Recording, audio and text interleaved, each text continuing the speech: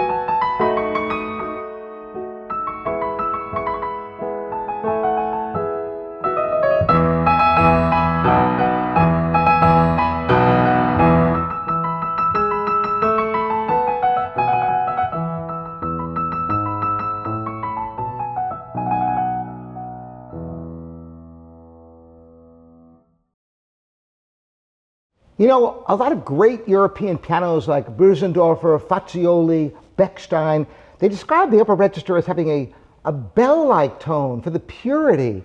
And that's what this piano has, but with that American warmth that you expect out of Mason, Hamlin, and Steinway. That's what the great Baldwins like this were all about. So let's have some Beethoven now, the exposition from his Opus 10, number 1 sonata, in actually Opus 14, number 2. I'm switching gears here. Opus 14, number 2, the G major sonata.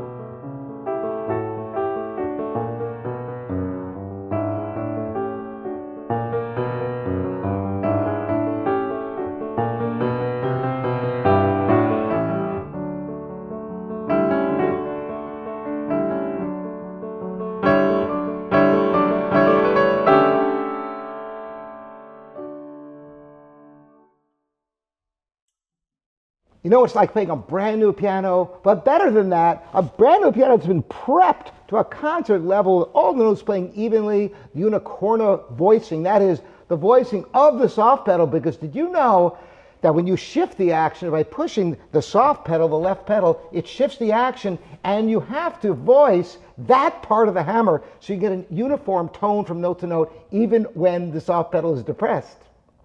So one last little bit, what kind of showcase of a piano would it be without some Chopin? Just the beginning of the A-flat Ballade, Chopin's third Ballade.